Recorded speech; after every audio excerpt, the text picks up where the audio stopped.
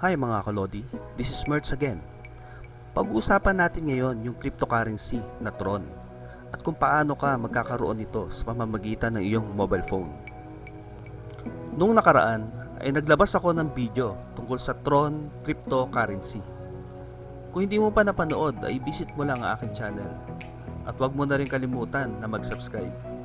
At para hindi kayo malito ay magbibigay din ako ng konting impormasyon tungkol sa TRON bago tayo mag-proceed sa pag-create at funding ng TRX wallet gamit ang Coins.ph at PositPay. Ang TRON ay isang cryptocurrency na katulad din ng Bitcoin at Ethereum. Ito ay ginawa ng isang Chino na si Justin Sun noong 2017. Ang network ay walang bayad sa bawat transaksyon at kayang magproseso ng 2,000 transaksyon bawat segundo. Noong Enero 2019, ang TRON ay nagkaroon ng kabuuang market cap na humigit kumulang 1.6 billion at nabilang ito sa top 10 ng mga cryptocurrencies kasama mga pamosong Bitcoin, Ethereum, Ripple at marami pang iba. Ang TRX ay ang pangunahing unit ng account sa TRON blockchain. Sa ngayon, ang isang TRX ay may halagang 0.02 US dollars o sa atin ay 0.97 peso. Kung meron kang 1,000 TRX noong 2017 na nabili mo lang sa halagang 2 dollars o 100 pesos, ngayon ay may halaga na siyang 20 dollars o nasa 1,000 pesos na. Wow, ang laki na itinaas! Na kahit sa bangko ay hindi mo kikitain ang 900 pesos sa 100 pesos na deposit sa loob ng 3 taon. Paano pa kaya kung maging 1 dollar ang isang TRX? Kaya dapat magkaroon ka na ngayon ng TRON Wallet. Dahil kung hindi ngayon, kailan pa?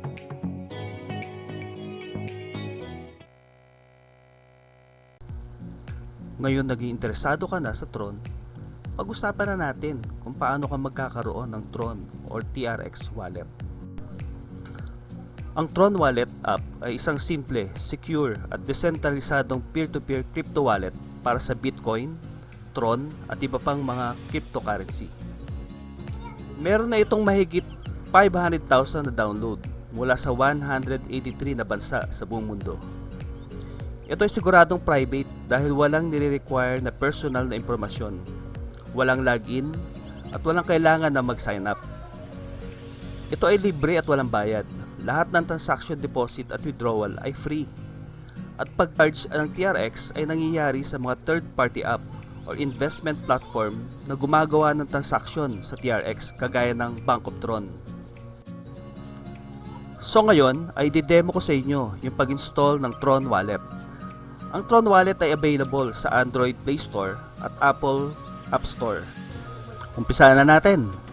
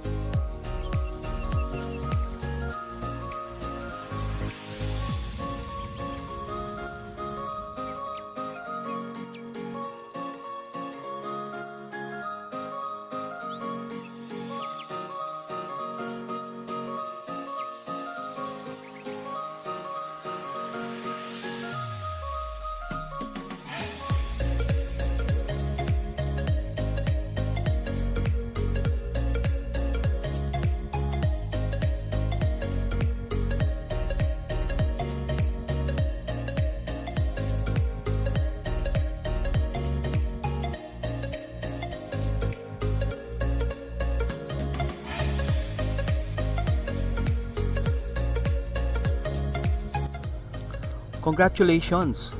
Ngayon, meron na kayong Tron Wallet na account. Feel free to navigate para matutunan nyo yung mga features.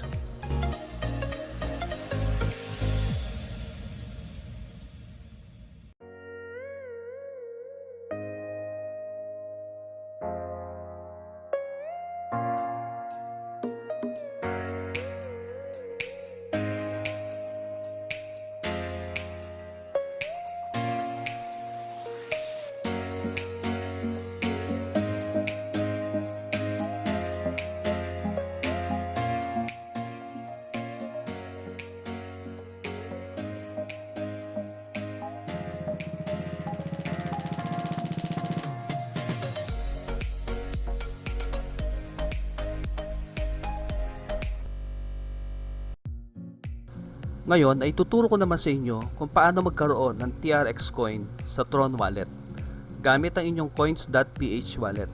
So make sure na meron kayong Coins.ph at PositPay account dahil hindi ko i-cover yon sa aking tutorial. Ito ang mga kailangan para magkaroon ng fund ang inyong Tron Wallet. Una ay ang Coins.ph.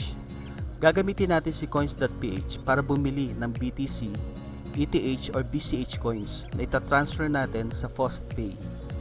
I prefer BCH or Bitcoin Cash kasi mas maliit yung transaction fee compared sa ibang coins.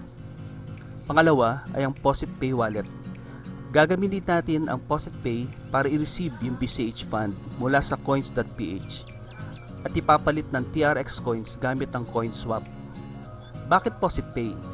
Kasi ito ay isang micro wallet. Ibig sabihin, pwede kang mag-transfer ng maliliit lang na fund. Pwede rin gumamit ng Binance pero malaki ang requirement na fund para magawa yung mga transfer at malaki rin ang charge. Pangatlo ay ang Tron Wallet. Ito yung wallet na tatanggap ng TRX coin from PositPay at mag-hold ng inyong Tron or TRX fund.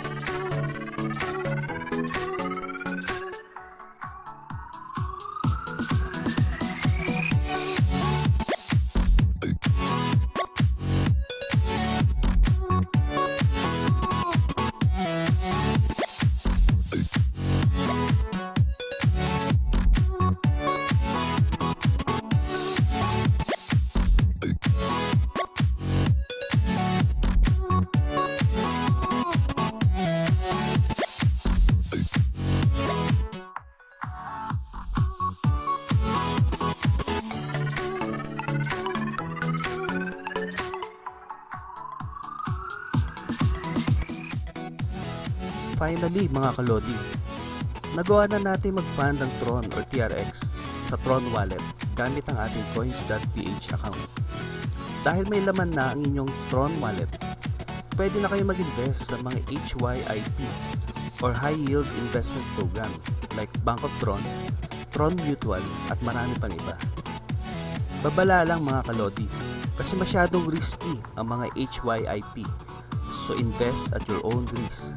So ulitin ko invest at your own risk. So paano mga kalodi? Kita-kits na lang sa aking next video.